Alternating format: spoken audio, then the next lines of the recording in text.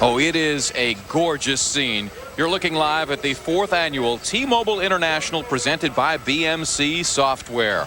108.1 miles through the streets of San Francisco. The HealthNet team set an early, blistering pace. The question is whether they'll be able to sustain that speed.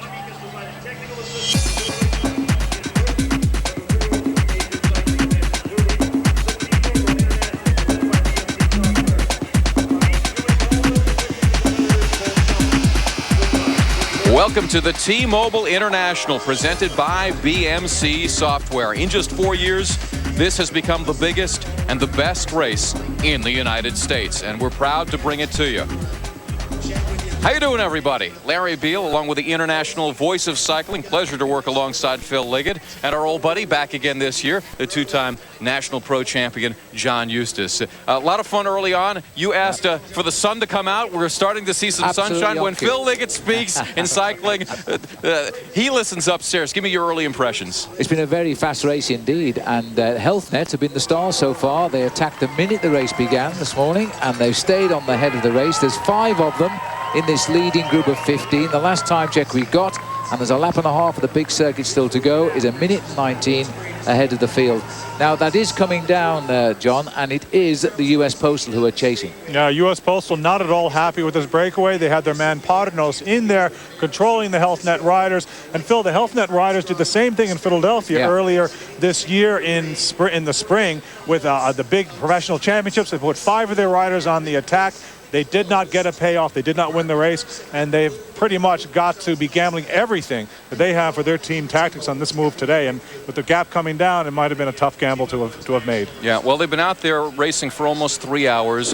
Figure almost another 2 hours to go. So we'll see if they can hold off the U.S. Postal Service team, which unfortunately does not have the services of Lance Armstrong today. The 6-time Tour de France champion helped San Francisco Mayor Gavin Newsom officially start the race, but Lance pulled out on Friday because of tendinitis in his knees. At least he's here, though, in a sense, in a ceremonial role, because a lot of people, thousands of them in San Francisco, wanted to see Lance Armstrong today. Well, look, Lance Armstrong is not a machine. He's won 6 consecutive Tour de France's. By the end of July, there's not much left in that body. You can't expect him to do everything. But what he does do is come and support this race and bring his celebrity, his fame, and his passion for the sport here to the streets of San Francisco and share what he can of himself with the event, and that's just marvelous. And he did tell me a couple of weeks ago he thought Juan Acevedo would win the race anyway from Postal Service, so we'll have to see. Last year he picked Chris Horner accurately. We'll see if he goes 2 for 2. Let's take a look at what is the most grueling course in this cycling series in the United States. And John, take us through the 108.1 miles. Well, it starts off fairly easily with 3 laps around a 1.6 mile circuit, but then the tough part begins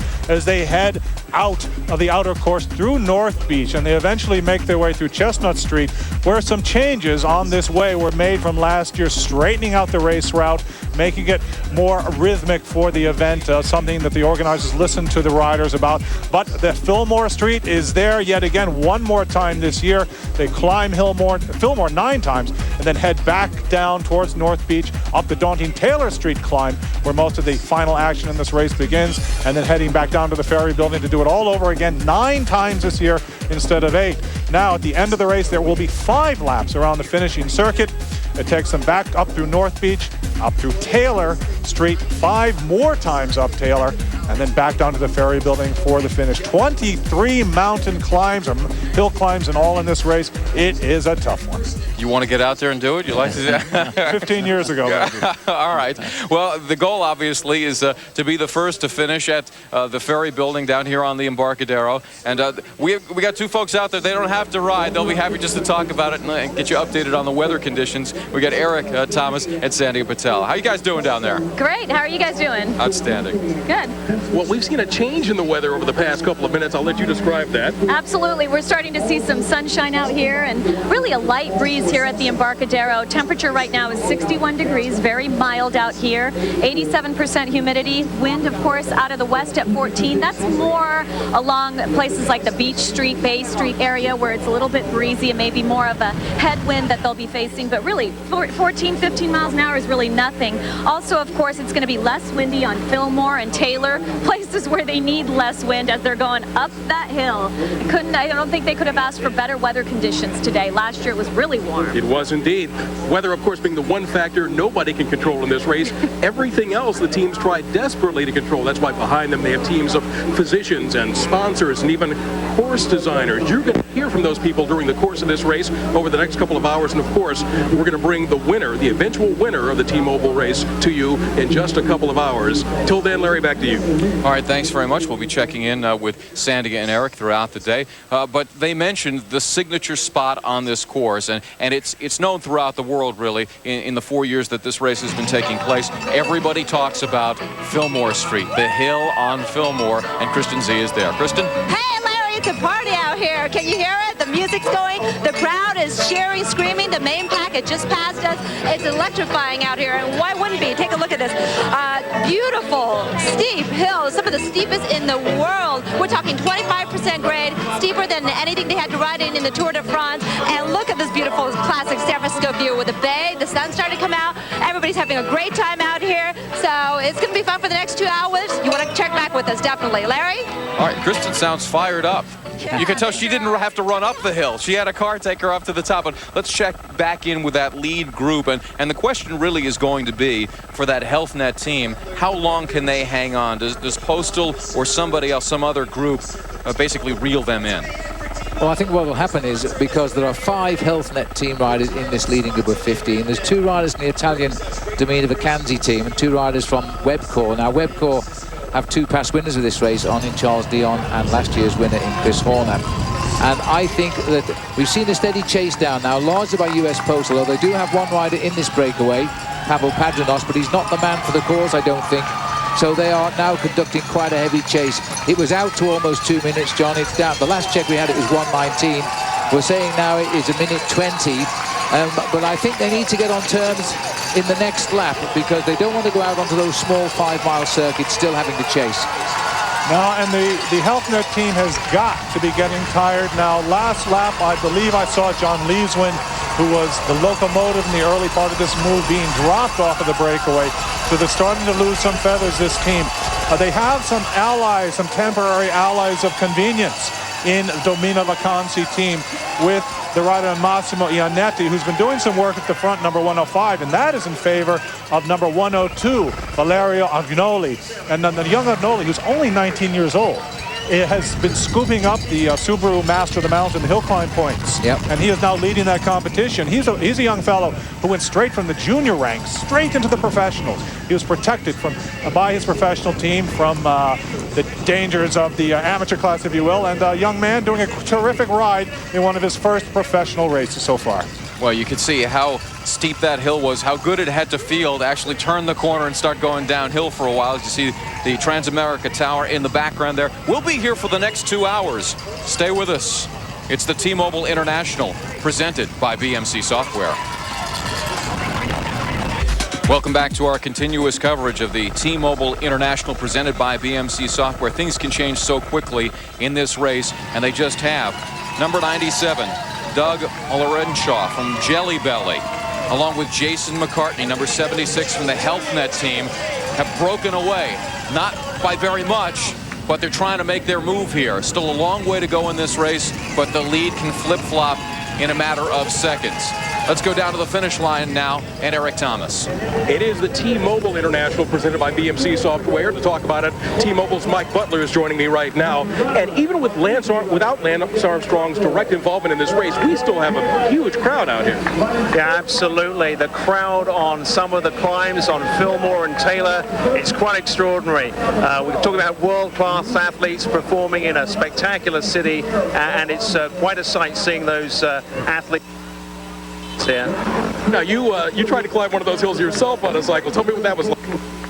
I was invited today morning by the T-Mobile women's team, who raced here earlier on this morning, to go and do a reconnaissance ride with them and do a circuit and a little trip out to Sausalito. And indeed I did, and I took on Fillmore and Taylor, and I can tell you that Fillmore in particular, with a nearly 25% grade, is quite some hill to climb. My heart rate hit 192 by the time I got to the top. Wow. Tell me why this is important to T-Mobile.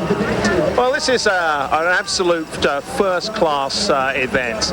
T-Mobile are sponsoring cycling internationally. We have obviously a major European-based men's team. We have a tremendous U.S. women's team, and we are just very delighted to be involved in world-class sports and cycling in particular, and with this great event here. Okay, Mike, thank you very much. Appreciate your comments. Larry, I'm going to send it back to you. All right, thanks very much. Breaking news here in that one of the local favorites, Freddie Rodriguez from Emeryville, got caught up in a little bit of an accident. Try to see exactly what his situation is at this point. He's got a broken rear derailleur gear here, judging by the way it's up on his wheel. Let's have a look and see what happened here, Larry. This has just happened, in fact. I did see a rider look over his shoulder, and it must be just around the corner here. Fred went down. Oh, it was on the far side of the road. There it is. Took a nasty tumble there, and I think he's fallen on his gears, and he's going to need a bike change because his gears are not fluid at all. Another rider on the floor, the far side there. That's one of the Webcor riders there, I think. John, that looks to me as though it's probably John Kelly. Could be. And Rodriguez, is bad luck for him. This is the second Pro Cycling Tour event in a row that he's had a tough crash in New York City. He crashed in August, the BMC Software New York City Cycling Championships, broke his gear lever. Couldn't put on the brakes, still got fourth in the sprint, Phil. That takes a lot of guts. So let's hope Freddie, now he's chasing, either he'll need a bike change. Looks like he needs a bike change. See, there's his gear problem. That's not looking settled at all, that gear. It looks a little bit bent to me, and he's explaining it to his team car. And he's in the small chain wheel in the front, so something's the matter. Something's the matter with his shifting. Either he cannot go onto his big chain wheel, or something's the matter in the rear. But there is obviously a problem, and I don't know if he has a spare bike on his car. If at this point in the race, where things seem to be exploding, if it's the time. He is really unlucky, John, because the leaders, we've seen the two leaders, Jason McCartney and Doug Olorenshaw, but there's been such a chase back by US Postal. The man they call Ace, Jose Acevedo, is now leading a split peloton at just 50 seconds when they were nearly 2 minutes. It's all going to happen on this last big main circuit now, and that it couldn't have happened at a worse time for poor Fred. Just to put this in perspective here, is this something that he can come back from? Here we go. Well, they're changing the tire right now. Now this is a new wheel, in fact, so his gears must bad be problems with that. What is going on here? Front wheel as well? Oh no, he wants the wheels for the bike. He wants the wheels for the bike because these have got the special gears on it to get him up Fillmore Street, and that's why he needs those wheels. In the meantime, valuable seconds are this is a wrestling here. This is not professional. This is not the way the national champion should prepare a race like this. I hate to say it. He should have a bike with wheels ready to go. He should be back in the peloton now. He had two teammates stop in the gray jerseys of the Aqua Sapone team. Stop, put on the brakes, wait for him to help tow him back to the peloton. And now this race is not only in jeopardy for him, but it could be in jeopardy for the entire team. Those big cheers here. This is happening in the finishing straight here. He's just gone through the finishing line out on the last big main circuit. There's a big cheer for Fred, but look at the empty road ahead, and that is not a good sign now. That's very, very unlucky because it was a wrestling match with that bike. Those changes should take about 10 seconds, and I reckon he took the best part of half a minute there. That's really sad, and there's no sign of his Aqua Sapone boys either. As we go back up to the two leaders, seeing them from the helicopter, the rider in red for the Jelly Bean team, and that is Doug Olorenshaw, and then we've got Jason McCartney for HealthNet. They are, let's have a look, see if we can give you a relationship down from those two leaders. This race just completely exploded about 5 or 10 minutes ago when that group of 15 seemed very compact. It has completely exploded. There's a lot of pressure come from the main field, and as that all happened, Fred got caught in that shunt.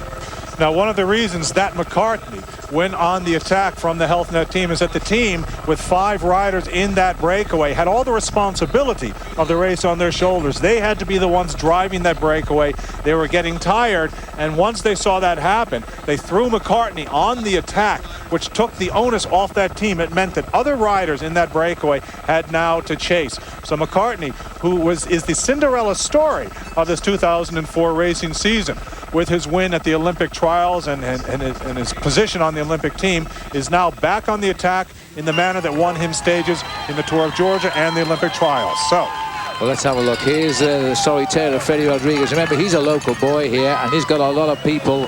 He's still having problems here, I think, but he's got himself into the caravan, this phalanx of cars which drive behind the pack. And once you can get in amongst the cars, you can help yourself to a little bit of drafting. There's nothing wrong with that when you've had a tumble. The judges won't be looking for that. But it looks so he still needs to talk here. This bike has not been sorted out. And he's heading up, remember, towards the next climb of Fillmore, which will be the last steep ascent of Fillmore before he starts those 5-mile laps. He's still got problems here. Now, he is allowed to hold on to that vehicle while he receives mechanical assistance. The rule simply states you must not make progress towards the race while you are holding on to the car. So he can hang on, get the job done, but then he must push off and get himself up under his own power. what's going on here is this is not his spare bike. This is a generic spare bike from the Aquasapone team. So the saddle height is not adjusted to his saddle height, which has to be precise to the millimeter. And so Freddie Rodriguez, in a race this difficult, this long into the season, is trying to get his saddle square, trying to get it to the right height, adjusting it on the fly. And this is quite tragic for him, and possibly his last ride for this Aquasapone team, as Fred Rodriguez is shifting for next year back into the Pro Tour onto the top club team, Daviton, the team from Belgium. So Aquasapone having a tough end of the year with Freddie Rodriguez. Back to our leaders, Phil. Well, there's the leaders, Doug Olorencio down there. I have to say, John, I had dinner with the Jelly Bean team last night, and I'll tell you, they were up for something today, and they've had a very good race. Olorencio got himself into the big move of 15. Sense that the race behind was beginning to chase down. This must have been the reason that Health Net put 5 men in that early break. They kept the best man till the last, the lone escape specialist, Jason McCartney. He's gone with a good strong man to help in Olorencio. It's still Jelly Belly is the team of Olorencio, and the thing is, John, that once they come over the top of the next climb of Fillmore Street, they will know whether they're going to have a chance or not. If that field starts to close in up there, then they're going to get caught. Now, these are two very good men for a move of this sort. Now, we've talked about McCartney and his long breakaways that won him stages in the Tour of Georgia and the Olympic trials, of course. But Olorencio is a modest rider who gets great results. And this year, he was the Subaru Master of the Mountains in the Wachovia Professional Cycling Championships in Philadelphia. So he's a man who knows how to pick his moments and get the most out of them. So these two together are not only two good riders, but a sign of the up-and-coming strength of the North American racing class. It's the T-Mobile International presented by BMC Software. We're taking you all the way to the finish. Stay with us through the streets of San Francisco.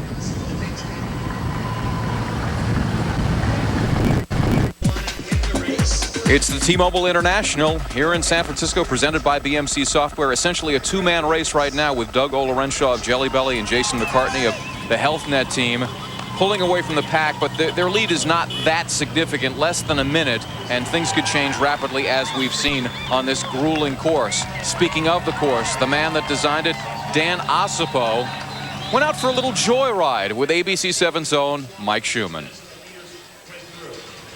Hello, I'm Mike Schumann along with Dan Osipo, who designed this world-class course, and for the last 3 years I've tried to tour the course with Dan, but something always seemed to come up. Like last year my bike didn't show up, but this year I see you came prepared. There's no more excuses, Mike. I got a tandem bike for this time. You ready to go with me? I'll go. Let's go. Let's go. The riders will begin at the start-finish line in front of the Ferry Building. It's pretty easy terrain up Broadway through North Beach, but this year they'll bypass the Marina and the Presidio and cruise through Bay and Chestnut instead. This course is a lot tougher than it looks. It's not easy, is it, Mike? Killing me. I think we go left up here. We meet the first real challenge as we climb the Fillmore Street Hill. Sure, I did. Yeah, I'm fine, but I'm exhausted, but you're not even breathing hard. I work out. All right, this is where the pain begins in the race and probably ends. The Fillmore Hill, and I understand they're going to get an extra lap of it this year. Yeah, because we shortened some of the course and took out a lot of the turns, the riders are going to be going faster on the straightaways, but that means one more time up this hill, so it's 9 times, not 8. And this has always been the decisive hill in the course. You can see it's over 20%. I mean, it's tough, tough stuff. I feel great. Let's head on down Broadway. All right, fine. After Broadway, riders will take a left on Polk, back through North Beach, then they'll confront that terrible Taylor Street Hill. Now, Dan, this is where breakaways are likely to happen. No doubt. This is where George Hincapie made his winning move in 2001. This is where Lance couldn't shake Charles Dion in 2002, so this is a tough part of the course. Now it's a race back to the finish line at the Ferry Building. It's 108 of the most scenic miles you'll ever want in a race course. No wonder it's become one of the premier one-day cycling events in the world. All right. Whew. Well, usually, Mike, on a tandem with two people pedaling, it's usually easier, but I felt like I was pulling dead weight out there. Maybe you need to cut back on the carbs. For Dan Osipow, I'm Mike Schumann, ABC 7 News. Just to let you know, Mike has recovered from that grueling test. What's left of Dan Osipow is standing by at the finish line with Eric Thomas, guys. Oh, there's plenty of Dan Osipow. Dan, we just took a tour of the course. Since it's been changed, who does it favor this year? I still think it favors guys like Chris Horner, the winner of last year. I mean, it's still a strongman's course. You got to climb. You can't hide. As Lance said, the reason why you can't compete, if you're not 100% for this kind of course, to go up Fillmore 9 times, Taylor 14 times, you can't hide. It's a bit of a faster course. We're finding out the lap times now. We're 21, 22 minutes. That's fast. A lot faster than the past, but it's still all about the climbs. If you can make the climbs, make it over, it's still your race. Talk about the strategy for the Postal team of not having Lance in, and for the other teams, how do you change your ride because Lance Armstrong's not in this race? Well, for example, it's September, and this time of the year, Lance is never exactly in the best shape. He peaks for July, he peaks for the Tour de France. We've got 6 of our 8 riders in this race from the Tour de France that are on different schedules that don't exhaust themselves in July as much as Lance perhaps did. You have Jose Azevedo, Chechu Rubiera, some of the climbers in the Tour that can handle Fillmore and Taylor, we know that. But at the same time, if a breakaway goes away like it's done, and we're waiting for it to come back and it doesn't come back, we have to use some of our guys to kind of bring it back, and that changes your strategy. So it's a chess match that keeps moving around, but it changes all the time. All right, Dan Osipow, thank you very much. Great job designing this course. Larry, back to you. All right, thanks very much, Eric. Jason McCartney there from the HealthNet team. You mentioned he was something of a Cinderella story earlier. He's someone that was a very good rider when he was in his 20s. He quit racing for about 6 years, came back to the sport with new motivation, won a stage in heroic fashion in the Tour of Georgia. He won the Olympic trials, got on to the Olympic team for Athens, and now here he is by himself. Phil, he has dumped Ola Renshaw. Yep. And so Jason McCartney on his own in front in the T-Mobile International in San Francisco. Great season for this rider. I wonder how far behind Doug Ola Renshaw is from Jelly Belly. We'll have to try to get the perspective on that in just a moment. But back up to the Fillmore Street Hill and Kristen Z. Hey there! Glad you came back. Take a look. See what's going on. Some more of the riders are just grimacing their way up the hill. Folks having a great time. Listen to the fans. You know, San Francisco fans are absolutely the best. You know why? Well, we got proof right here. Here, I want to talk to this gentleman. Actually, hang on one second, because I just want people to see the steepness of the hill coming up. It's 25% grade. It's absolutely crazy. And I got a fan here who claims to be the biggest fan of them all. You are crazy. You spend the night here. That's right. Mostly for my buddy Neil Shirley. I mean, he's always been like a brother for me, so I'm just kind of trying to return the love for him and being like the first fan out on the streets. Okay, you have to be here really early to get the best spot at the top of the hill, right? 11 o'clock last night. Oh my God. All right, you're the best fan, kid. And also, Larry, a lot more great fans out here. You'll meet them all later. Back to you. All right, sounds pretty loud out there. We saw Freddie Rodriguez clawing his way back into the pack here.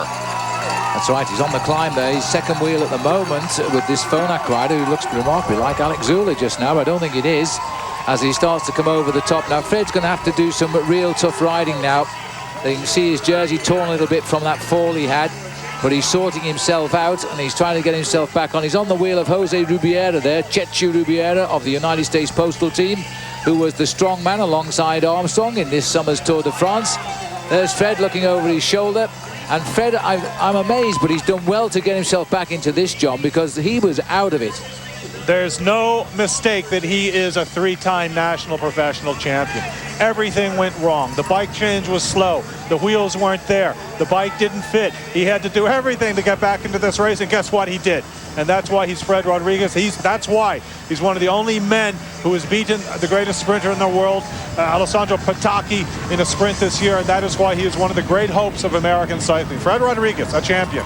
Fred Rodriguez from Emeryville here in Northern California has been training. I spoke to him a a couple of days ago training on Mount Diablo, which is a slow, steady climb in the East Bay. But Phil, maybe you could describe for people who may not be familiar with the differences in this course compared to Tour de France racing. Oh, there's somebody charging way up on the outside. We'll have to get the number on him. But how is it different in a one-day ride and these very acute hills? Well, the thing is, when you're programmed in to ride a 4.5-hour race here, you know the hill's going to come at you. There are 23 severe climbs, and you're thinking of just getting over those climbs. If you're in the Tour de France, you're thinking of 23 days in the saddle, not 23 climbs. So you program yourself mentally differently. Recuperation is the secret of every man's success. You go to bed, you get your massage, you wake up early next morning, and you should feel as though you haven't ridden the day before. If your name is Lance Armstrong, that is, I guess. But for these guys, it's a one-off effort today. Fred had no chance there. He had to give a lot of effort to get back in quickly, otherwise the gap would have opened. He would have not seen the peloton again. He's got back, and I think if he can just recover on this lap, this is the last of the big circuits of 8.8 miles, remember. Then we go down to 5 circuits of 5. Jason McCartney trying to make his move to pull away. We'll see if the rest of the pack can make up some ground. It's the T-Mobile International presented by BMC Software. Welcome back, everybody. Larry Beal along with Phil Liggett and John Eustace. 83 miles in the books, 25 more miles to go in the T-Mobile International presented by BMC Software. They are now on what is called the finishing circuit, the smaller loop that consists of 5-mile laps each. And Jason McCartney of Team HealthNet, number 76, has opened up a lead of approximately 1 minute on Jelly Belly's Doug Lorenshaw. That's right. The situation now as they go out on this first 5-mile lap is that McCartney here in our vision is heading up. Lorenshaw is going the wrong way, I'm afraid. He's been dropped and he's in no man's land. He's being chased by a group of 3, which includes US Postal's Pavel Padranos. Then we've got Daniel Schneider of Switzerland in a group of 2 trying to make contact with Padranos. Then 4 others. And these are all the original 15 men have been blown right across San Francisco on the last lap. And so that final climb of Fillmore Street, John, has really bit. It certainly has, and you've got to hand it to this HealthNet team. They tried the daring strategy yet again. Put all 5 men in front and attack and see what happens. And McCartney, with this final attack from out of the efforts of the HealthNet team, has blown this race to bits, as you said, and it is just showing the level of power and strength in this 30-year-old's legs and just what he is capable of doing. It's truly an impressive ride. Can he hold on? 25 miles to go in the race. This is when all the action happens in a pro event. But John, you've been here, this is your 4th year covering this race. We've seen attempts like this made before, and inevitably they have failed. Somebody will try to make a break early, and it usually comes down to something late in the race. Did he make his move too soon?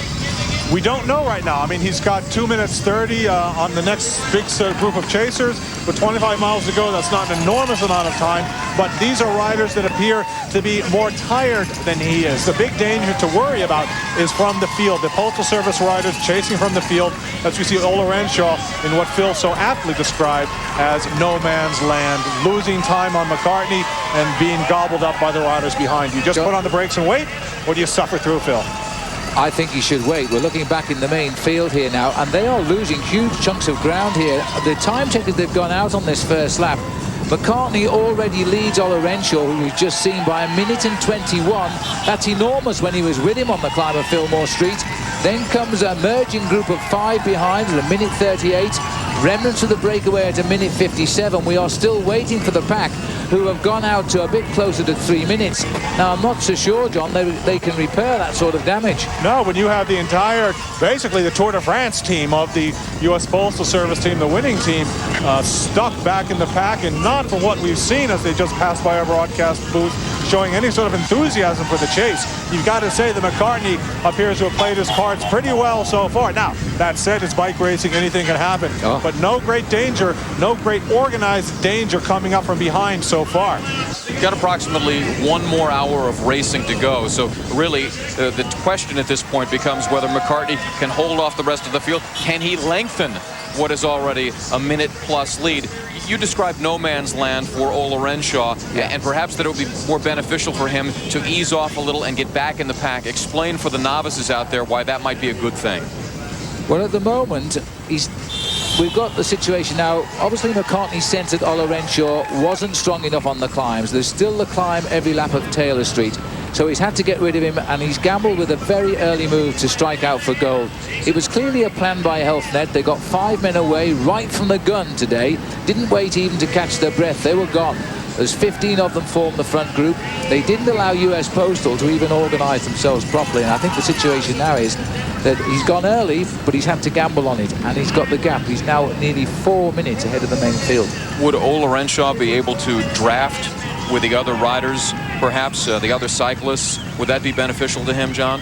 What Doug Ola Renshaw should do is wait and be caught by the chasing group. Right now, if he continues to try and hold his position in second place behind McCartney by himself, fighting the wind the same way McCartney does, he is going to be exhausted. And once, as inevitably will happen, that chasing group does catch him, he'll have nothing left, and they'll go right past him. If he puts on his brakes, so to speak, waits, coasts, gathers his energy back, there's a chance that he can stay with that group once they catch him, and then maybe get a place at the end of the race. It's all the way you play your efforts in a bike race, all the way that you play your efforts in the wind and how you gauge them. And that innate sense of timing, of how to gauge those efforts, or play those efforts, is what makes a great bicycle racer. John, you've seen this race since George Hincapie pulled it off in 2001. I've wanted to come since 2001. I finally made it, and so did the Blue Skies. But we're looking at a race which seems to have completely fragmented here, because the main pack now is officially 4 minutes and 16 seconds back, although Postal have moved up a notch. They're about 3.5. It's completely shattered, this race, this extra climb up Fillmore. It was only one extra climb, but it seems to have made a difference. The fact that the race course was straightened out, that allowed larger, longer efforts, if you will, seems to have tapped into the riders' reserve that much more. And at the end of the season, a lot of riders are pretty cooked, and the ones who aren't can really make a difference. And in this case, Jason McCartney, who is on the ascension in terms of his athletic career, who goes stronger and stronger as each part of the season comes by, has really taken the chance and used the efforts, the sacrifices made by his Health Net teammates to his best advantage. And it's his race to lose at this point. Well, look at those legs, as strong as they may look now. This race is beginning to hurt him here. He's going through the 90-mile point of 108. And that is crucial for him now. He knows he's got nobody with him at all now. There's nobody he can turn to. He's been forced into this move because he sensed the breakaway was being brought back by the chasers. And remember that Jose Acevedo, the right-hand man of Armstrong in the Tour de France, the Portuguese rider, who himself finished 5th in the Tour de France, was bringing the race up very quickly. And he had to make a decision. And he might have been forced into a decision which has come a little bit too early, because for me, he looks as though he's beginning to take it hard now. There's the main field. Now, they're running on my watch at 4 minutes and 16 seconds back of McCartney. But I'm not so sure whether McCartney can keep that rhythm going. And we have to remind ourselves that professional cyclists, we always talk about the peloton. It's a French word. It means the pack, the main pack of the race, have a nasty habit of making the catch in the closing miles, don't they? They certainly do. They are able to time their efforts as well. And we have to see, as we look at the stretched out single snaking line of the peloton, what the attitude of the U.S. Postal Service is in this race at the moment. Are they on the hunt? Do they want to bring George Hincapie back up to the front to repeat his win of the inaugural event? And now, as our cameras move to the chase group, a minute 20 behind our single leader, Jason McCartney. Who is in this chase group, well, and are they able to shut it down? There should be 6 of them if I've got my figures right, John. That's Ola Renshaw, still willing to work. He's okay on the flat, you see, still feeling strong, the Jelly Belly boy, but he can't get up the hills. Now, he's got Daniel Snyder's got across here. Padronos has got across. And also they're escorting 2 Health Net boys have made it. Now, they're not going to help. They're what we call the policemen. They're going to stay in this second group and annoy the chasers and try and spoil the rhythm, while their man here, Jason McCartney, gets on with the job in hand.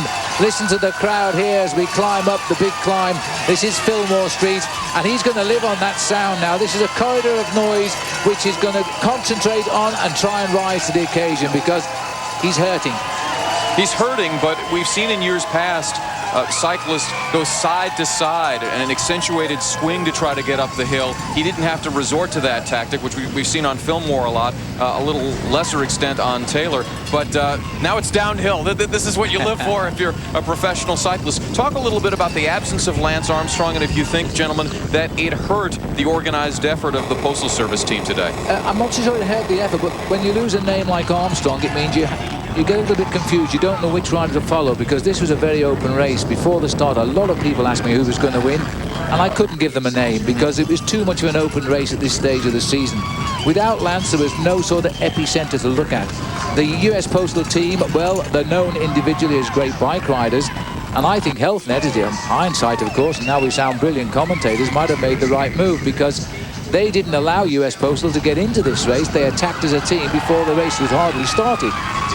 And the thing about Lance Armstrong that makes him such a compelling figure is that he is a leader. It's talking about the Tour de France. One of the big differences between Armstrong and his perennial challenger, Jan Ullrich. Ullrich does not have that sort of strong personality that Armstrong does. Armstrong will go to a team, grab them by the throat and say, boys, we're going to win today. And each time he has been in this race in San Francisco, even though he hasn't performed so well personally himself, he has always rallied the team. He has always captained some sort of team chase, some sort of major team effort to at least put the Postal team in a position to win.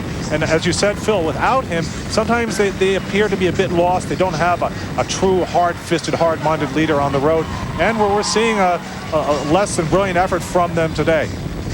You may have noticed there that the leader, McCartney, just lifted his hand to his mouth. Well, he's ripped his race radio out of his ear, but he's still got the microphone, and he was just speaking there back to the team cars, which they can do with these little radio sets they all wear, and ask what the situation is behind. Well, we're looking at the immediate situation behind there. But I'll tell you what, down here on the finish line area, the wind is beginning to gust at around the 20 miles per hour that was predicted. And this is going to make it a very hard finish now.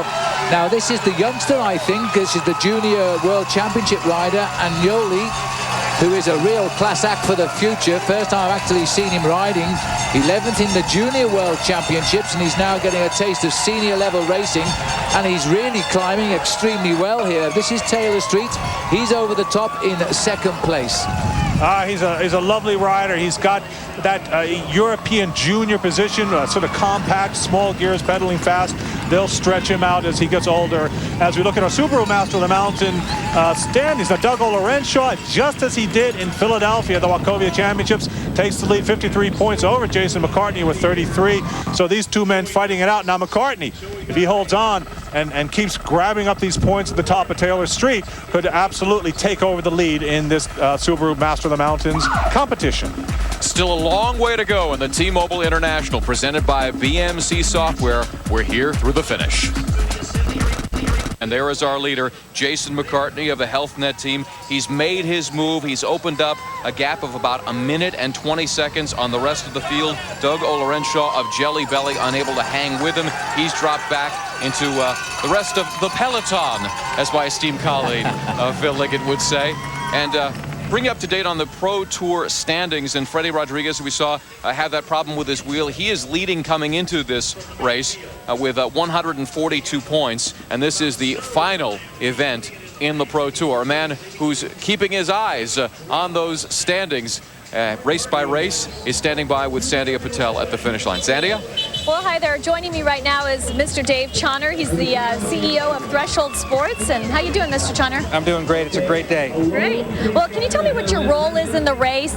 I'm one of the co-directors and a founder of the race, along with our partners at Tailwind Sports out here in San Francisco. Great race. How did this race fit into the U.S. Pro Cycling Tour? Well, it's really the final stop on the Pro Cycling Tour. It's the all-pro series of races that we run around the country. It's the third and final stop, most important one, because the points will all be determined and who the leader will be for the season. Mr. Chawner, tell me, what does it take to put on a race like this, something as successful as this one? Well, I think what really makes this race work well is the venue. I mean, San Francisco is a great place. It's got challenging terrain, you know, a real active public that loves cycling. So we got a great built-in audience. That, plus then you need obviously big corporate sponsors like T-Mobile and BMC Software. And I think, you know, the cooperation of the city and of the riders is just, that's what makes it. It's a combination of things. Thank you very much. And of course, Mother Nature helps make it too for these cyclists. The weather could not be better here. Right now, the temperature is 64 degrees. Humidity is at 78%. We have a west wind at 13 miles an hour. Just a nice light breeze, lots of sunshine out here. But of course, with that west wind, as they're moving down Bay and Beach Street, they may be facing a little bit of a headwind. And of course, with this kind of weather, when it's mild, it makes it just ideal conditions to get up those tough climbs, Fillmore and Taylor Streets. So definitely definitely Mother Nature cooperating, a great event, lots of people out here, and it's getting underway pretty well. I'm going to toss it back to Larry Beal now. All right, thanks, Sandia. Interesting, I talked to Chris Horner, the defending champion, a few days ago, and he said he really wished that it would be much, much hotter. He's been training in Sacramento in 100-degree heat, so he wanted it to be blistering, and hope that Mother Nature would eliminate a good chunk of the field, because he's in great shape, although we haven't heard much from Horner or Charles Dion, who won this race a couple of years ago. They're mired back in the field, a good 4 minutes in back of our two leaders, including this man in second position, Valerio Agnoli, the young 19-year-old, one of his first professional races today, and he is making the most of it, Phil Liggett. I'll tell you what, we're looking here, the only man I think who might stop the Destiny going again to the North American continent here, John, because looking at the time gaps now, I'm beginning to think that guys can't recover from where they are. They're going into the last 20 miles of the day. For McCartney here, he's got about 18 miles to run to the finish. I think he's feeling the pace, and I think he's going to be worried about whether Agnoli can get up to him, and I've got a feeling he can. And if he catches him, he'll ride away from him on Taylor Street. Yeah, he's very quick. The Italians, as a rule, can sprint. It has to do with their formation. As young riders, they pedal little gears quite quickly. And even a climbing, a small rider in physical stature like Agnoli, I'll bet you he's quick. So McCartney definitely wants to stay away. Well, look at the pack, 4.5 minutes back now, trailing Jason McCartney. We saw Freddie Rodriguez have the problems earlier with the bike, and you said, hey, you should have a spare bike ready to go. What does a bike cost for the novices out there? What's the equipment like to enter an event like this? They're getting very expensive. A bike like Freddie has, a full carbon fiber Moser with full Campy record, you're looking at $6,000. And you would think that the national champion would have an exact replica measured out spare bike on the team car in the final race of the season. Sorry to say that, but he's a great champion, and champions should have that sort of preparation behind them. But Freddie made the best of it, got back as we look down and see him in the flag shirt, the stars and stripes, denoting the American professional champion. The third time he has worn it in his career, and you can't keep a good man down, and Freddie came right back into the field. No, he's riding very well, Fred. He's riding on the back wheel there of Yaslav Yekimov too, the man that got the silver medal in the Olympic Games, and of course the man that Lance Armstrong rates incredibly highly. At 38 years of age, he was the oldest man in the Tour de France, and he can still beat kids who are nearly 20 years younger than he is. He's ridden well, but the US Postal Boys have surrounded Freddie Rodriguez right now. I really think, look at this gap at the moment, as we look at the current race time there, this main field is beginning to slip away. Fred had a terrible slice of luck, and it might have cost him the race here today. So we're looking here at a gap.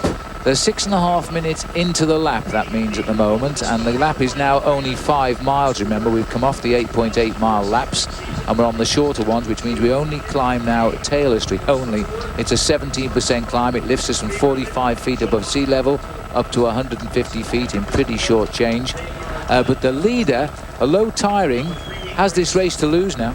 Well, the question is, at what point does somebody like an Ekimov or maybe Freddie Rodriguez, at what point do you begin to panic and say, I've got to make a move, we got to go out and get this guy? Now. I'd be panicking now. I think they're gambling now on this man slowing down rather than them speeding up. And sure, he's hurting, but he's still looking very strong the way he's riding, and he's going to get all the cheers of the crowd because they're appreciating the effort he's made. This rider's been out front from the first lap.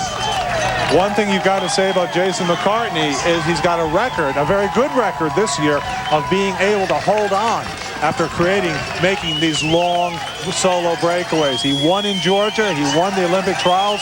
He's a strong man. 7 wins this year, and it got him a trip to the Olympic Games. And as you say, John, he won the stage of the Dodge Tour of Georgia, which is a new stage race in its second year, and that's going to become a great multi-day race here in the US. Lance Armstrong rode it and won it as well, and he was preparing for the upcoming, as it was then, Tour de France.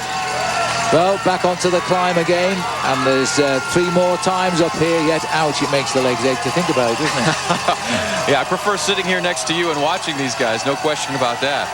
These boys are concentrating. It's pain for the moment, you know, and cyclists are funny people. When they're in this pain situation, they're saying, this is the last time I'll ever do this bike race, I'll never come back. Within 3 minutes of stopping, I can't wait to get back there next year, you know. They're amazing people. This is the worry, though. Valerio Agnoli here, because I think he's closing the gap. We'll get a watch on him when he comes past our commentary position. He's got that nice pedaling style, moving those legs up and down very quickly, nice, compact.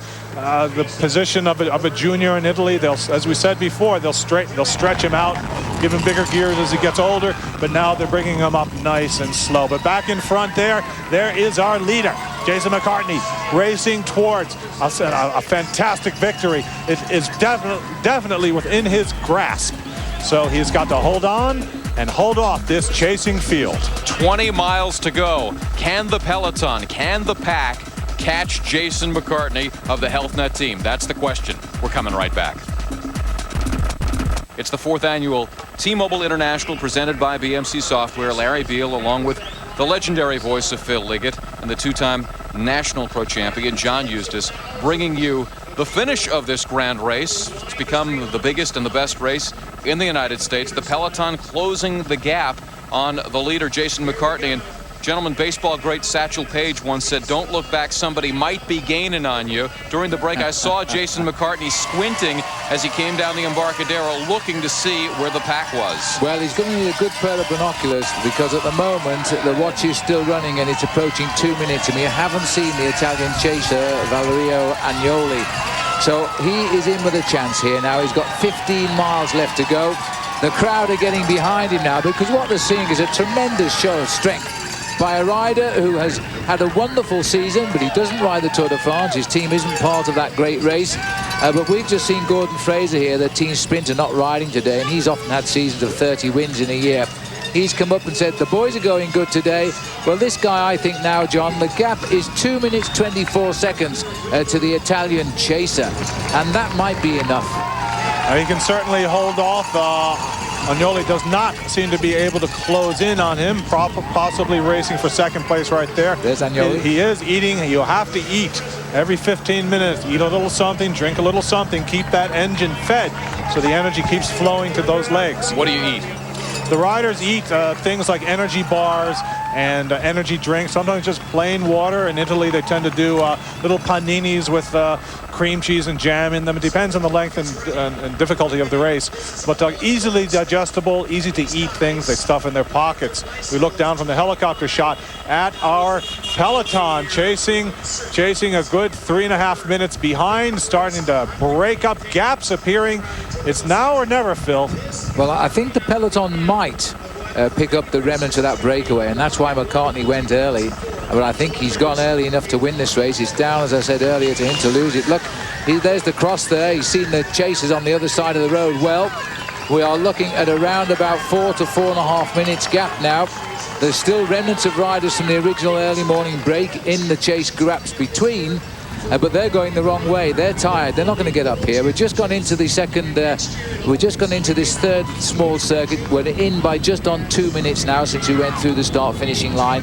3:48 is our race time since we left this morning, just after 10 o'clock, when Lance Armstrong and Gavin Newsom set them on their way. The peloton is coming through. It's being led by Jose Acevedo at 4 minutes and 2 seconds, and it is a bunch of about 40 riders, John. They look to me as though they're still trying. They're still trying. There's not that much time to go, and this man in the front here, Jason McCartney, does not show many signs of weakening. He's getting tired, of course. His legs are cramping. Everything hurts. But he's a rider who's shown an ability to push through that pain and keep going, and he certainly seems to be doing just that. Agnoli is not getting time on him, and the field, if they are, it's not that quickly. John, you've been in this situation before. You've been in the saddle, so to speak. Take me inside the mind of Jason McCartney. He's going one way. He's seen a whole bunch of people who are chasing him, but they're going the other way. Psychologically, what kind of a boost is that for him? When you're in the front in a race like this and you can see your chasers, you have a sense of them, you can gauge them, and you can look at them and think, you know what, I'm ahead of you guys. And it's sort of looking the adversary in the eye and mastering them, if you will. So it's very good, not only tactically, because he can actually gauge and see where they are. And a long point-to-point road race where you go from San Francisco to LA or something, you don't really know where the riders are behind you. So you're racing, you're making these efforts in the unknown at times. But in an event like this one, where you can actually see that I'm 7 blocks ahead of them, I'm 10 blocks ahead of them, you can use them as a rabbit or a gauge to keep you going. Let's take a look at where Freddie Rodriguez is, the hometown hero, the local favorite, in the middle of the field here in this chase group, the peloton. It doesn't seem to be really doing much chasing. They're just basically trying to hold their ground at this point. Yeah, they're running it just over 4 minutes back here as we look down from the helicopter, and Fred right in the center. It all happened at the same time Fred fell off, and that's the big tragedy here, I think, for Fred, because he wanted so much to win this race today, and I believe he had the legs to do it. But I give 110 marks out of 100 for the Health Net team, because I thought they were making a huge mistake this morning when they put more than half their team, nearly all of the team, into the breakaway. They gambled on going the whole distance at the front of the race. 15 got themselves together, and then Ola Renshaw from Jelly Belly, he read it right, but he's been concentrating on winning the Subaru Master of the Mountain competition. He is still the leader in that competition, and the points are now being scored only on Taylor Street. And so he may have got what his target was, and he's matched that up with the King of the Mountains out on the Manayunk Wall back in Philadelphia earlier on this year as well, in June, where he also won the title there. So he may have done what he wanted to do. He's back in a chase group of some 5 riders, but they are losing ground. The only threat now to McCartney is the little Italian rider, the young man riding his first big pro race here, Agnoli, but he's 2 minutes 24 back. Well, Phil, it's the moment of truth for this bike race, because as the field has just passed our broadcast booth, you saw the entire Postal Service team amassing themselves at the front. It's do or die for them. They will either shut down this breakaway or they will not. And there they are at the bottom of our screen. 1, 2, 3, 4 of them, 5 of them all lined up. Now, when a team like this goes to the front, it's a lot of pain for the people following behind. Can they close at 4 minutes? And how many miles do we have? 15 miles to go in the race. Under About 15. Yeah. For the leader, yeah. 40 miles of racing to close 4 minutes. Can they do it? We'll find out. But this is when the race is going to get really, really exciting. Well, I believe they're racing possibly for second place here, because it's 2.5 minutes back to the second man on the road. But unless there's a dramatic hitting of the wall by McCartney and his legs just buckle under him, I can't see him losing now. And it's been a brilliant ride, and it must go down as one of the best rides over the 4 years of this event, because this man has made a decision very early on to ride for 108 miles at the front. And on a course like this, I'd have said he was mad at the start. He's proving otherwise now. But this is where it hurts, you know, when you keep putting your head down, you look at your legs pushing those pedals, you will them from the shoulders to the tips of your toes to keep them going. Look at his face now. This is hurting. He's got to come up here 2 more times after this. And, you know, although we're talking of minutes here, when the body packs in, those minutes collapse, well, in minutes. And you can lose a minute on a climb like Taylor if your body cracks in nothing. If your body falls apart, there's no place to hide on an 18% grade like you see on the Taylor Street climb. And that's what this Postal Service team, as you look below and see the entire field stretched out into a single line, snaking, desperately trying to hold on to the slipstreams of the riders in front of them. The pressure the Postal Service team is putting on this race now is truly impressive. And McCartney has got a real chase, a real challenge coming up from behind. Let's remind ourselves, John, we're looking, your words, at possibly the best team the world's ever seen in this U.S. Postal Service squad. And it's their last big season, because U.S. Postal are out. It becomes Discovery Channel's team next year. But these are all the riders who rode alongside Armstrong in the Tour de France. They are free to ride for themselves today. Lance is on the sidelines watching the event, injured. They are now riding this event for themselves, and they want to show us just how good they were when they guided Lance around France to such success this year. This is the team that destroyed Armstrong's main rivals in the Tour de France before we even got down to the big mountains. Lance only needed to worry about 2 riders, not the whole field. They destroyed most of the race on his behalf. Well, you mentioned Lance on the sidelines with tendonitis in his knee. Also on the sidelines is our own Kristen Z, who's standing by on a now quiet Fillmore Hill. Kristen? Hey.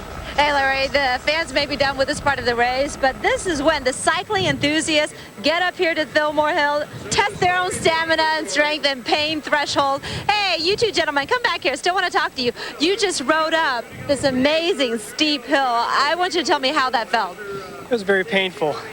That's it? Well, degree of pain? I'm not going to quit my day job, that's for sure. Yeah, can you imagine doing it 9 times like the racers did?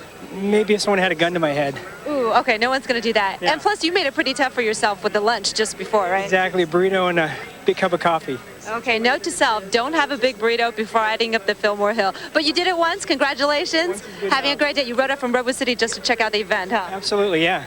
See, that's the kind of dedication the cycling fans around here in the Bay Area have for this event. A lot of fun this morning. Back to you guys. Thanks, Kristen. Where's Kristen's bike? I mean, if you're going to be there, you got to ride up with these guys, don't you think? And this is McCartney continuing his quest. And this is McCartney. Once he's over that hill, you see that this man is not thinking of dying out there. He's thinking of driving on because he's fighting again. He's right to keep the fluid down. It's not a hot day today, and it's a very fortunate day for the riders on the course like this. It has come good since about 2 o'clock. Blue skies now, but it is still not very warm, probably only about 66, 68 degrees here. Wind running at around 15 miles an hour. That's his biggest problem right now. For traffic and weather together here on ABC7, but what is he drinking? Is it water? Is it a Gatorade type thing? What would you drink? When you see these riders drinking in the race, there's a mixture of elements that they put in their body. Some of them use these energy drinks, Gatorade or Powerade type of drinks. Some of them use pure water. There's a tremendous amount of research being done into fluid replacement, electrolyte replacement, and each team has a variety of either sponsored elements or personal elements that they like to use for their drinks. But it's become very scientific, and liquid nourishment, liquid nutrition has become an ever more important part of the racing world as the riders look for the most efficient methods to get glucose, sugars, and energy replacement back into their bodies under these tremendous efforts. Postal leading the charge. Yeah, the Postal Service, they need to gulp down something. They want to try to catch McCartney. We'll see if they can do it. Coming up. Back to the T-Mobile International, presented by BMC Software. Just a programming note, Adrian Fernandez won the IRL race earlier today on ABC7. We'll have highlights of that coming up on the news at 6. And for everybody else that's chasing Jason McCartney, they might think he's in an IRL car, but we got the U.S. Postal Service team trying to make the gallant charge here in the late going with about 10 miles left. Well, here he is, and the race announcers have just shouted at him, you've got 10 miles left to go. That's 2 more circuits to the finish. That means 2 more climbs of Taylor Street, and it's 70% gradients. I'm not sure he'd want to hear that right now, but he still is maintaining the gap completely. Now, it is US Post. Let me just give you the time gap. And Yoli is going through at 2:43. That is great news because 2:24 the previous lap. Now, we're looking here at the US Postal team that rode the Tour de France. Lance, as we know, unable to ride today. He's got tendinitis. All of the other names, and those are the positions they finished in the Tour de France. As always, the whole team getting to Paris, and all of those names are in the race today. Padrunos there, the Czech Republic rider, finishing 79th in the Tour. He's been the most active in the leading group. He's still in the chase group right now after McCartney, but they're not making much an impression. Here, in fact, are the US Postal team now, and they are making an impression. They have gone through at 3 minutes 19 seconds. That is a minute they've chopped off the lead of McCartney in the last 5 miles, John. They're coming. When they come, they come. And Chris Horner, #1, last year's winner, on the front, putting his lot in with that of the U.S. Postal Service team. Another of his WebCore teammates mixed in there. So now you have an alliance of the U.S. Postal Service team and WebCore to shut down this race. The man in danger here, the young Valerio Agnoli. He looks to be about to be gobbled up by this juggernaut coming up from behind. But he'll be caught, that's for sure. But can McCartney hold on? This is turning into a fantastic, emotional, exciting finish. This is a big finale now because he's only 40 seconds in front, Agnoli, and I thought he was trying to get up there for the win, but he's falling away. His young legs perhaps being a little bit too long in the tooth for the climb today of Filbert Street. 4.5 hours. US Postal have taken a big decision here to try and spoil the fun of HealthNet. and they've taken a minute out of McCartney's lead. They're now just over 3 behind him. Well, McCartney looks good enough to hang on, but I'm not so sure, because if you get the might of a team like US Postal, all of those riders from the Tour de France clearly don't want to be embarrassed in San Francisco. Absolutely. This is their home race. The company that owns the U.S. Postal Service team is the co-founder, the co-promoter of this T-Mobile race in San Francisco. Now look at the line of riders all strung out under the power of Chris Horner of Webcor and the U.S. Postal Service team. The time, John, 3 minutes into the lap. Now, I had 3:19. They have continued to gain on this. They've only knocked 6 or 7 seconds off since they went down the carriageway on the other side to our commentary box, but they are now pulling back at quite an alarming rate. Now, what will be happening here is they'll accept Chris Horner in the group because he's last year's winner. He's known to be strong. But the other riders will be told to stay out of this, ride behind them, and enjoy the ride, because they're out now to chase down McCartney. Professional team rolling up its sleeves and going to work. One thing that cannot be in such good favor for Jason McCartney is the fact that the wind is picking up. And when you're by yourself, fighting the wind on your own after all of this time in the breakaway, that has got to add to the fatigue. So the wind is definitely not McCartney's friend today, especially as we get toward the end of this race. It's Horner in the green trying to lead the chase with the 2 U.S. Postal Service riders. Actually, 3 of them clustered there. And you mentioned kind of the hometown feel for the U.S. Postal Service. Same goes for the Webcor Builders team. At the start of the year, Horner joined them when Saturn eliminated their sponsorship of their racing team. Horner became a free agent along with Charles Dion. They both signed up with Webcor Builders. They're actually building a building. It's a construction company building a building right down here on the Embarcadero, but kind of like signing up a free agent like Barry Bonds, because Horner was out there, Dion was out there, and they are the stars of this Webcor team now. I tell you what, we just look at the face of this rider now. He knows that he probably 6 or 7 miles ago he felt he'd won this race, but now he will have been told by his team management in his little race radio he carries that they are coming, and they are coming rather quickly.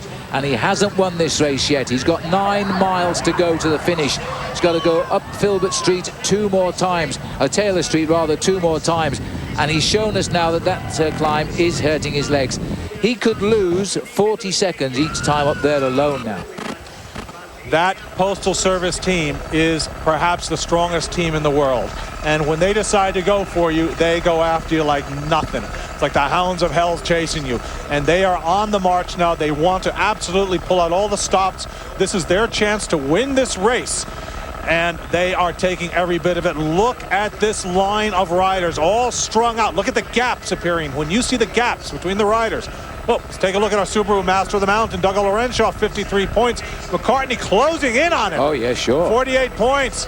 And Agnoli, 30 points in 3rd position. That looks safe, but McCartney and Laurenshaw, that's the fight. And McCartney has to make it one more time over Fillmore, then he'll take over that lead. For the novices, how do you get points?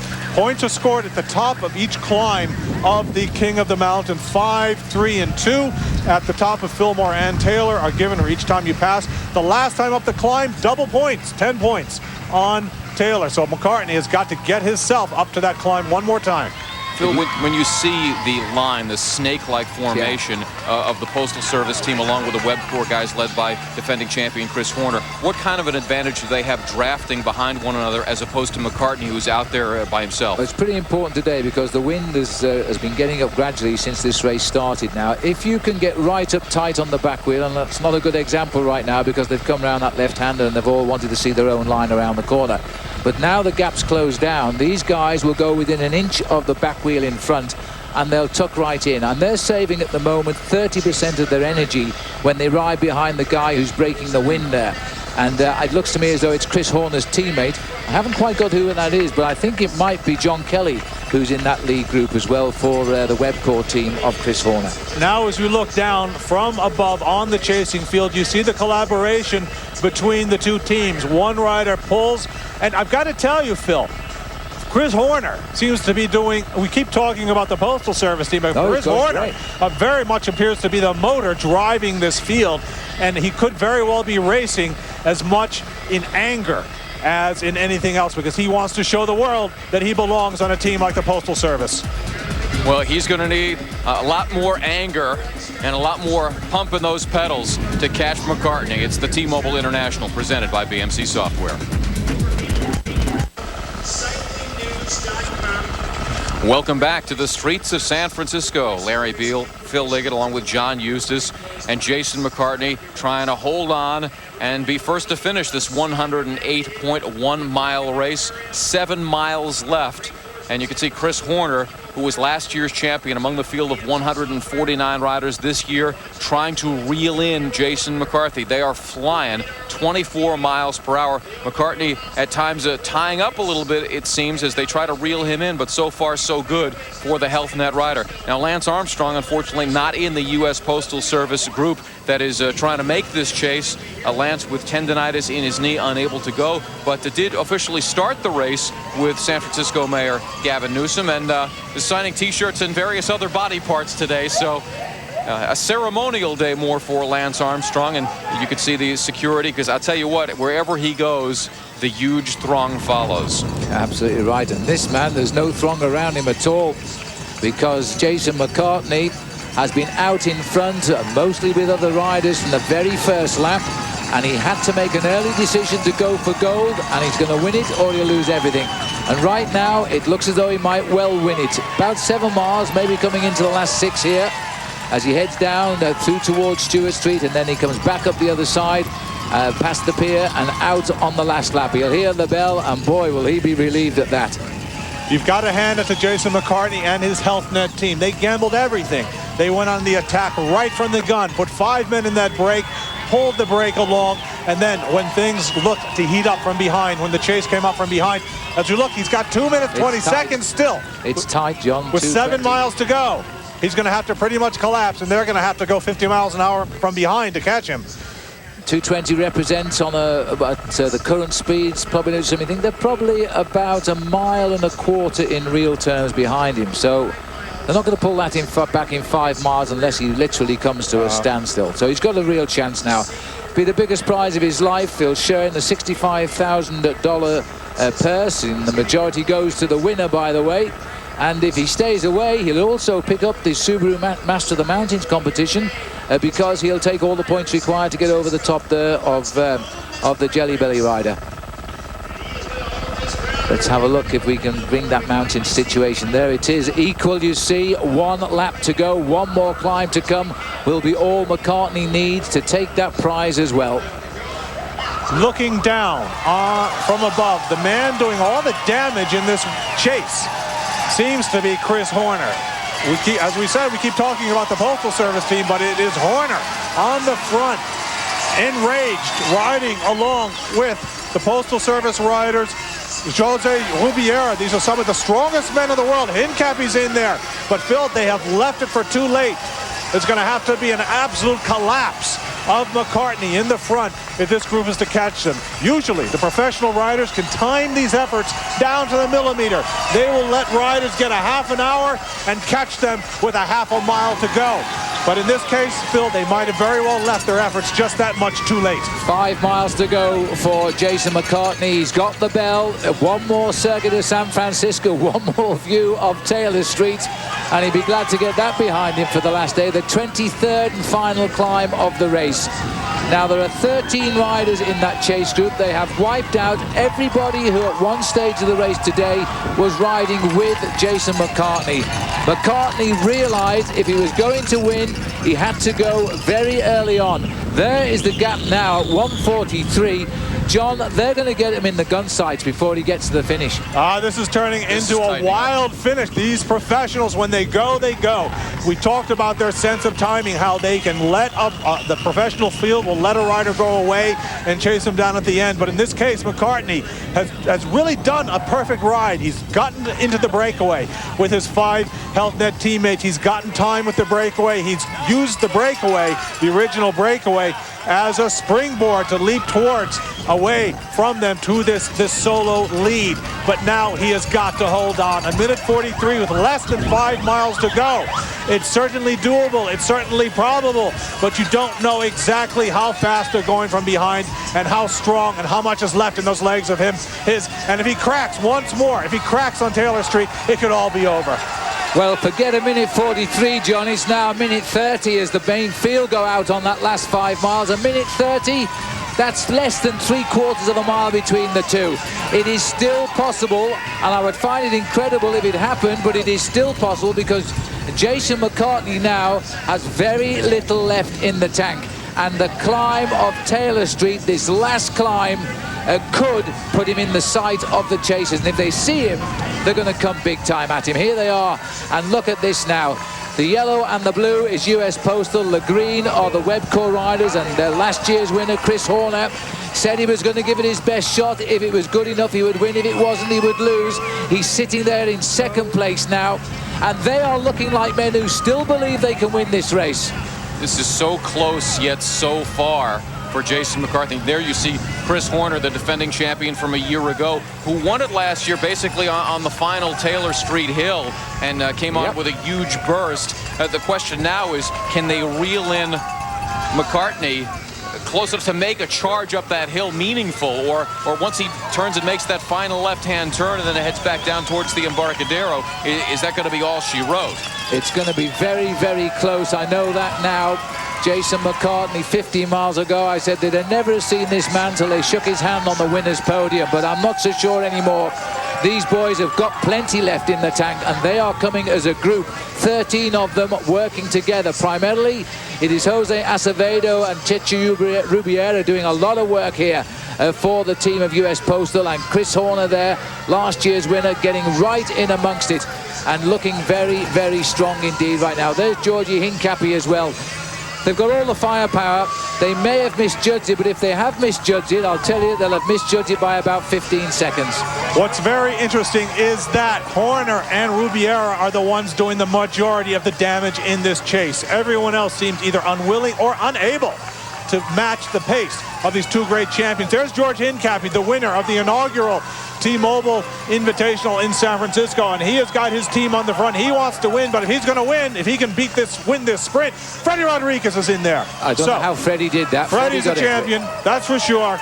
If you ever had any doubt, we've seen it today. He is a champion, but they have got to close down this minute 20 or whatever it is right now on Jason McCartney, and it is turning into a nail biter. McCartney has got to make it over Taylor, and Phil, he cannot crack on that climb, because if you crack even a little bit on a climb that steep, it's not as though you just slow down a bit, you stop. He knows if he crests that climb with 25-30 seconds, he will win the biggest race of his life, and he's won a few this year, which took him to the Olympic Games as well.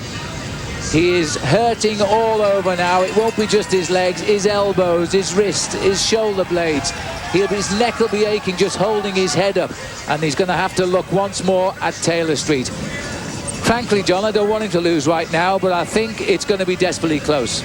You don't want him to lose. This is the tragedy of professional cycling. Someone makes an heroic effort like he's making Jason McCartney, and it could all very well come to naught as he's gobbled up by the more calculating, more seasoned professionals from behind in the chase group. But at the same time, he has every chance to win this race. It'll all come down to what he's got left for this ultimate climb up the Taylor Street climb.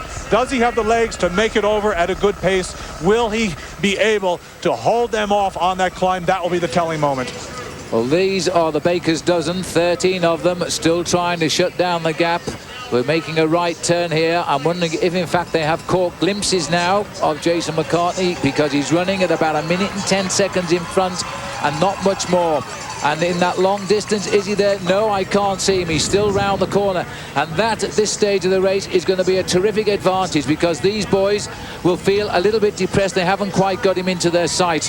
The Phonak rider there, the champion of Switzerland, Daniel Schneider of last year, and he's the rider in that lime green colour. Same team, of course, as Tyler Hamilton, who's currently riding extremely well in the Tour of Spain. And there's also another Phonak rider who's very dangerous if this comes down to a sprint, and that's Uros Mern, the Slovenian champion in the red and blue of that national team, national championship color. And he is a very fast sprinter who has been fourth in this race last year, challenged for the Pro Cycling Tour title, and was second in Philadelphia in 2003, a man who always performs in the American races. Whoa. Well, let's just have a look. Remind ourselves the brilliance of Freddie Rodriguez to get in this chasing group of 13, because I think we can show you why he shouldn't really have been here, because he had quite a bad tumble. Watch the left of your picture, because there in the melee goes Freddie, and his bike clearly damaged. And he then continued, but he had to call the car up. They changed both wheels onto another bike frame and got him underway. Then he had to lift the saddle, because this was the bike that he wasn't used to riding. And then he somehow has crossed the gap into this chasing group, and with his sprint could get second. Honestly, Phil, if you look at the amount of time that Freddie lost with the crash, repairing the bike, and then fixing the seat, that probably cost a minute. He might be neck and neck with McCartney right now. That crash might have cost him the whole race. And there is Fred thinking of second place. I think, John, I caught a glimpse of Chechu Rubiera going off the back of this group. Rubiera, he's cooked, he's gone. The Postal Service using everything up. You got to give, again, back to the strength, the amazing, the astounding strength. Look at Fred here. Of Freddie Rodriguez in a bike that doesn't fit him. Look at the gap. Under a minute. 50 seconds. Under a minute now. 50 seconds, and they'll have him in sight going up Taylor Street Climb for the last time. That is going to be tough. That is going to be very hard for him. And they'll see him, and they'll be like wolves after red meat. They'll go chasing after him up that climb. If they see him in the sights, they'll know they can win and watch them explode up this hill. Well, down here on the start-finishing line, the crowd are going in gasps and starts when they see this time tumbling down, because I don't think anybody believed this race victory was going anywhere else than but through Jason McCartney, and he certainly deserved it. He's headed this race from the minute it started, but it's not over, and he knows it. Look, he's looking over his shoulders now. He is desperately worried, because I think there is some speed left in Freddie Rodriguez, and Rodriguez might try and break on this climb and chase him down. Okay, what does he have left in the legs? Look, they're in sight. They're right behind him. Unbelievable. And he's cracking, and they're coming by him, and there goes. Who is that sprinting up the left side, attacking out of the field? Well, I don't know where he came from, but it looks as though it might be Chris Horner down there who's come up the climb rather well, because he's really hit it very, very hard indeed. Well, I can't understand this, John. That rider must have come up the side of the road somewhere out of our sight, because he's gone up and he's gone over the top of Jason McCartney.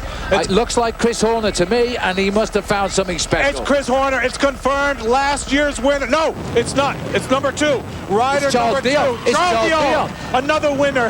The second year's winner. A man who's been on form. A man who climbs. A man who sprints. And he has escaped the field. Horner was working for Dion. Well, Charles Dion, the man that won edition number 2 of the San Francisco Grand Prix, has all of a sudden turned this race around, and they have used the strength of US Postal to get them back into the winning seat. And now he has gone. So it was Dion who was doing all of the work with Chris Horner. And it's a free-for-all now. Who grabs the big bucks on the finishing line is anybody's bet. Well, I'll tell you what, they will not catch Dion, because when it comes down to a sprint, everybody knows he is the man.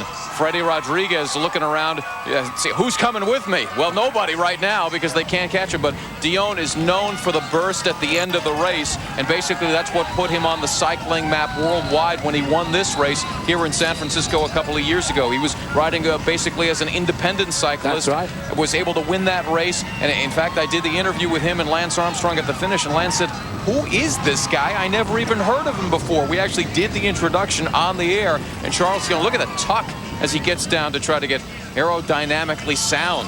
10 minutes into the final lap. It's a 4 to 5 minute ride now to the finish of the T-Mobile International here in San Francisco. The crowd here are packing the streets across the tram lines to catch a glimpse, they think possibly, of Jason McCartney. It all changed on the last climb, though, of Taylor Street, and it is Charles Dion who brings them down the back straight now. Then they'll do the loop round Stewart Street and line up for the finish. Colours are similar, rider is different. This is a winner of 2 years ago now, looking for the victory again and keeping the North American boys as the unbeatables. Now Charles Dion being chased by Freddie Rodriguez. Freddie Rodriguez coming down. He's looking behind, no one with him. He was looking for help.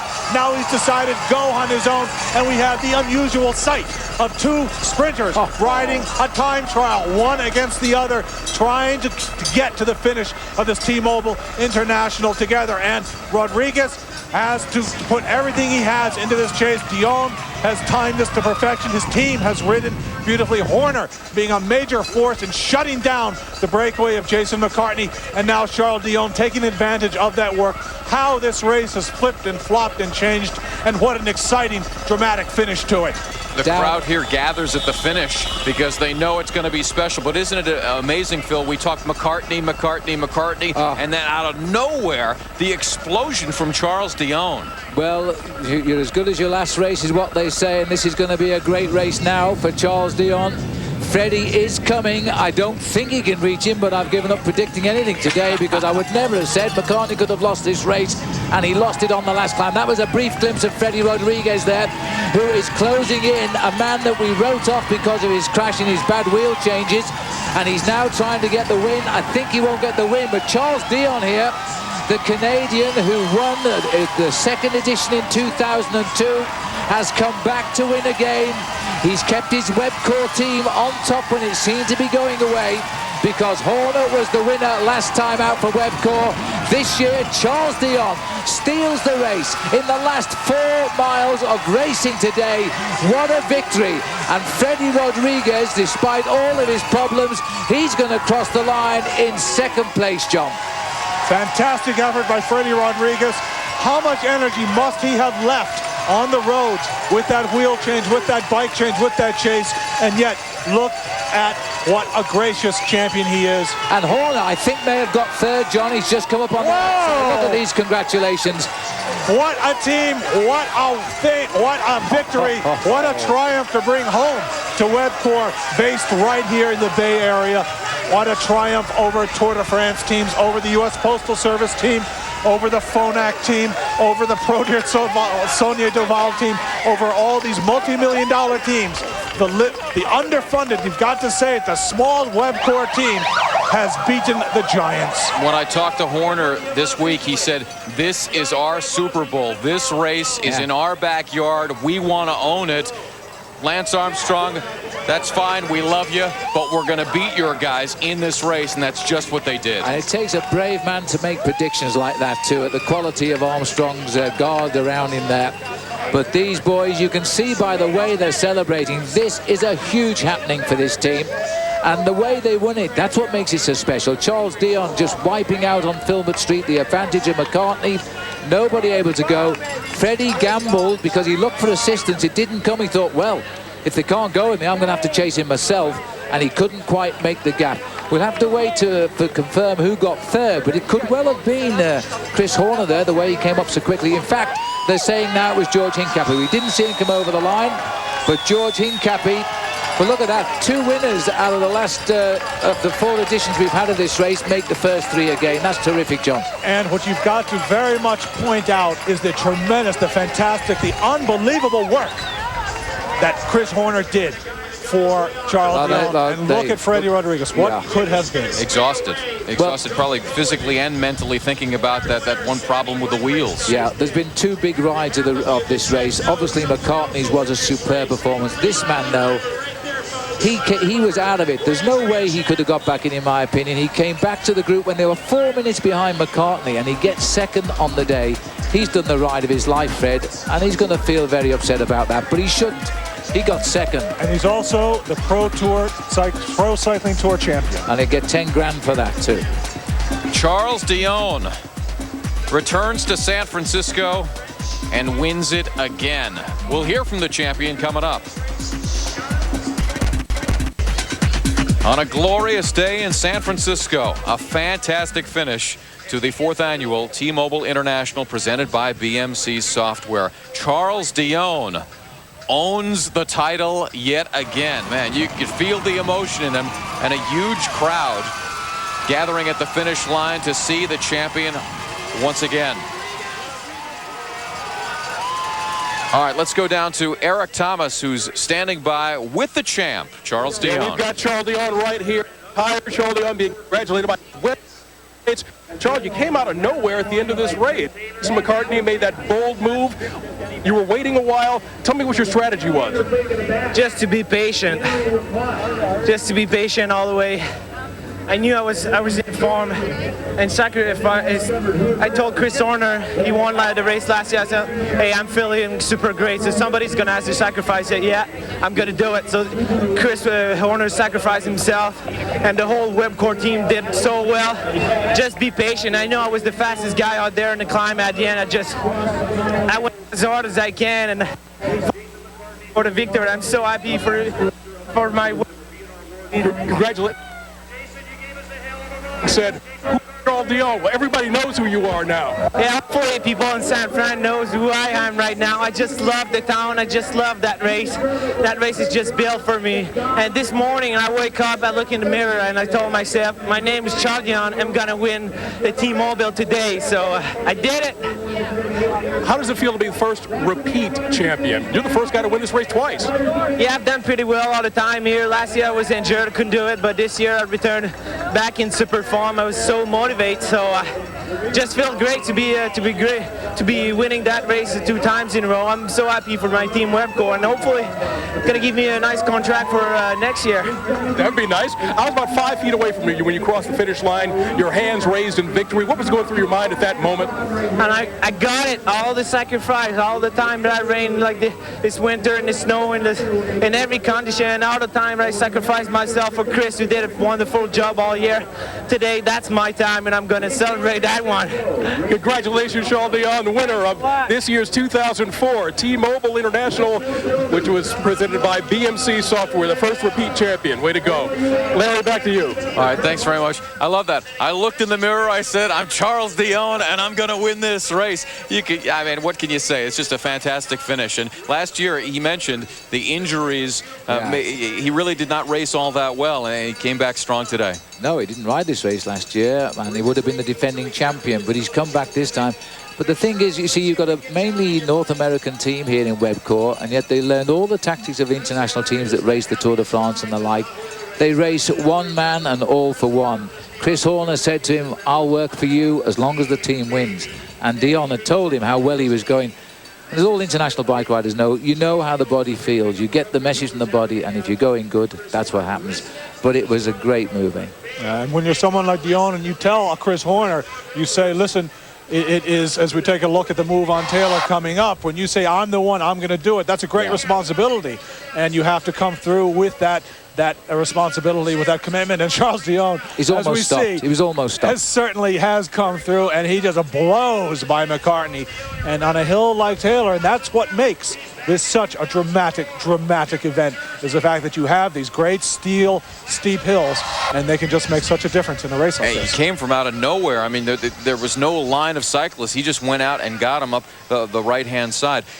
You guys both do a lot of commentary for international cycling events, and I know for the North American teams, maybe there was a sense years ago that the European teams were the dominant teams and North American cyclists were maybe a level below. Talk about what a victory like this, and now a 2-time victory by a guy like Dionne or Chris Horner, who used to race in Europe, what that does for American cycling and the Pro Tour in general.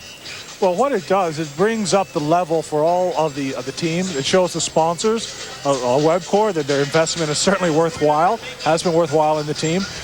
The Americans have been racing on a very sort of equal level with the Europeans in the American races. Tour of Georgia, Philadelphia, all these races, they've been racing mano-mano in very equal strength. But Phil, as well in Europe, in the Tour de France, in the final time trial, you had 5 Americans in the top 12. In the Olympics, you had Tyler Hamilton first, Bobby Julich third.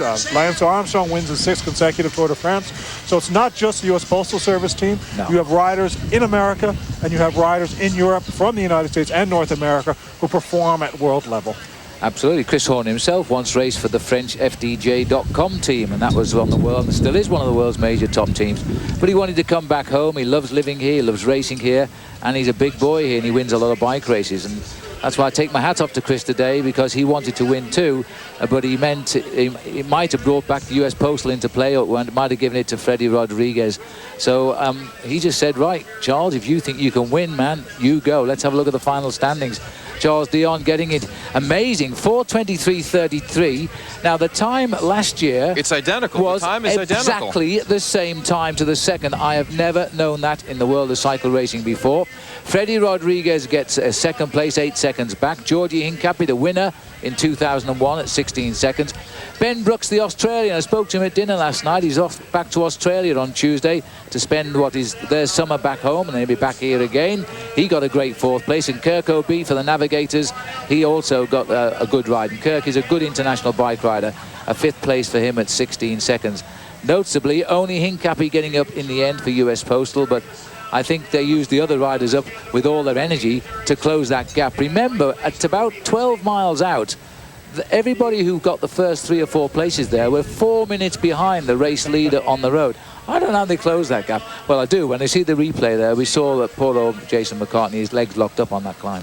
And if you're Freddie Rodriguez, he finished 8 seconds back. Yeah. And we documented the struggles with the wheel basically kind of falling apart, and the derailleur problems. And then, all right, they give him some new wheels, and then they can't get the seat right. And just, I mean, who knows how much time was really lost in that. But easily, he could have been the guy in a sprint to the finish. Now, who knows whether he catches Dion if they go mano-a-mano down the stretch. But what a scene that would have been. And he's going to be thinking about that all year. And he wasn't even on his own bike. He was on a borrowed bike that clearly did not fit him very well.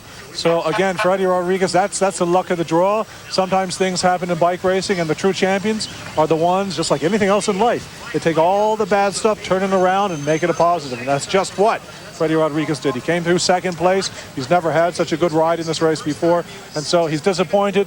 At the same time, he should be a bit happy because it's a great result. Yeah. I want to ask on the personal side for you, because this is the first time in the 4-year history of this event that we've had. I don't know how to explain it to people who aren't into cycling, but it's like doing a football game with John Madden or something. I mean, this man here, Phil Liggett, is the sport of cycling internationally. I don't know if they had me here just to get you coffee or what, because you don't need any help. But put it in perspective, just in terms of your firsthand experience at this race, and was it everything that you thought it would be from a spectator standpoint? I wanted to see it because, of course, everybody in the world knows the topography of San Francisco. We all see the trams going up those steep hills, and I thought, I can't believe bike riders are being sent up these hills 23 times.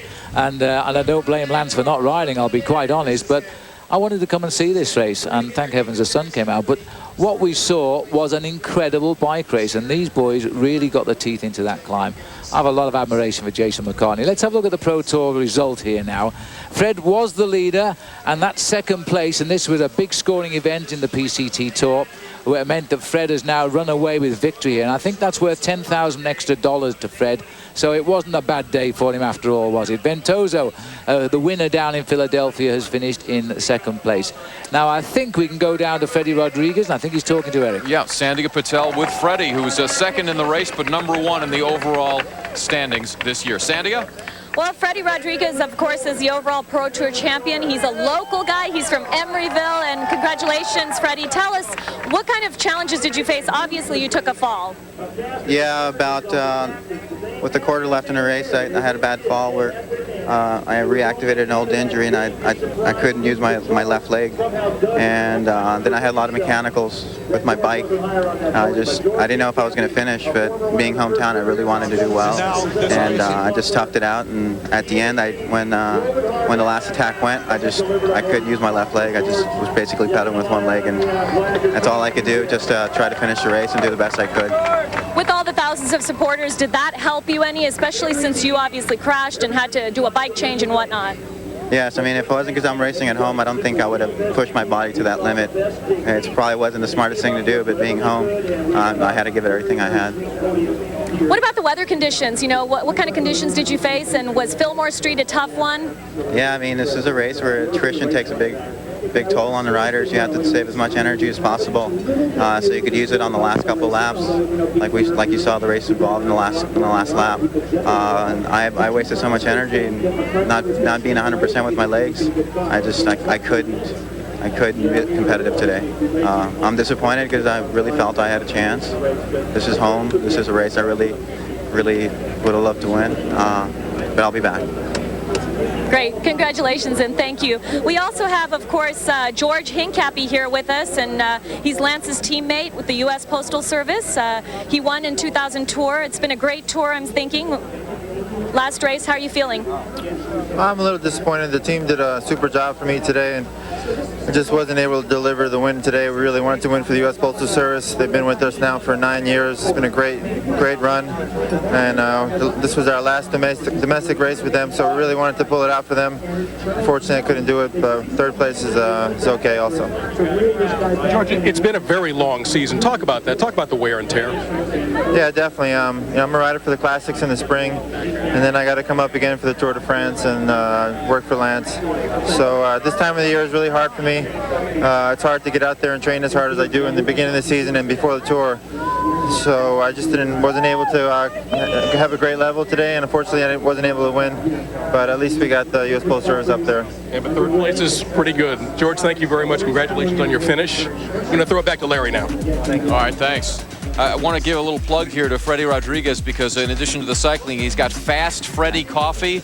And I'm going to taste some of this afterward, but I love the slogan. It says, "Caution may improve performance." Is that not a great line? Well, we definitely need that. All right. There. Hang on to that.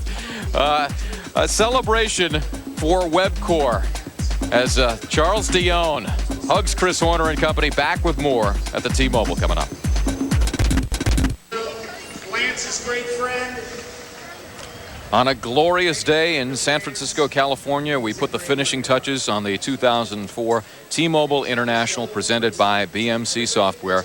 Turned into a fantastic finish and a great finish for Charles Dionne of the Webcor team as he puts on the burst towards the end of the race and takes over for Jason McCartney, who ends up winning as the Subaru Master of the Mountain. Unfortunately, the Mountain really mastered him in the end, and it cost him the race. He came close, but he came away with something as he grinds his way up Fillmore Street and Taylor Streets, time after time after time. He didn't win the race, but he ended up as the champion of the Subaru Master of the Mountains, and he came home also on a highly, highly respected rider. Final points, 59 points. He goes ahead by 6 points of Doug Olarencho, who gets second for his efforts. Valerio Agnolo gets third with 30 points. Postal Service there with Pavel Podnos is 17 points, and Charles Dionne sneaks in there with 11. So he was peeking in that mountain, that hill all through the day. He picked up the 5 points for topping the last climb. But boy, how fast did he go past McCartney on that climb? I never saw him coming. He came from out of nowhere.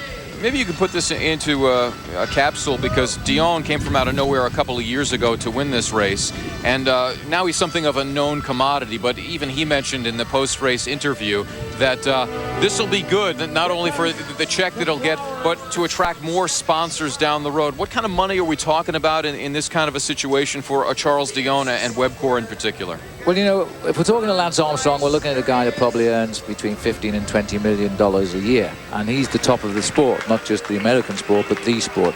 If you're looking at a cyclist like Charles Dionne or Chris Horner, who races for a team here that probably costs around about $1.5 million to run each year, those guys are probably earning $150,000 just for pedaling their bikes. And that's not a bad income. No, it's not an easy more than way. you and I get. It's not an easy. Well, for you, that's your appearance fee, Phil. But it's not an easy way to make a living, though. There's a lot of long, lonely hours on the bike. Yeah, I mean, these are not NFL, NBA level salaries, especially in the domestic circuit. But what you've got to say about Dionne as well is that he's not purely a sprinter anymore. Like normally he would have waited for the sprint to try to beat Hincapie, but instead he went out early. He showed deeper strength as we look at Jason McCartney. He's still getting smiling. His due. Hey, he was great. He was fantastic, and he deserves the cheers of the crowd, and it's very nice he won the Subaru Master of the Mountains.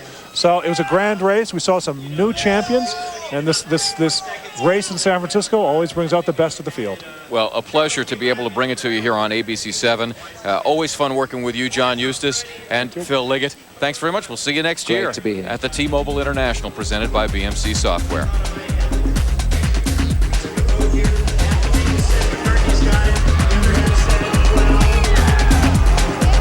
Their moments. A tough time to Gave him less than one, John.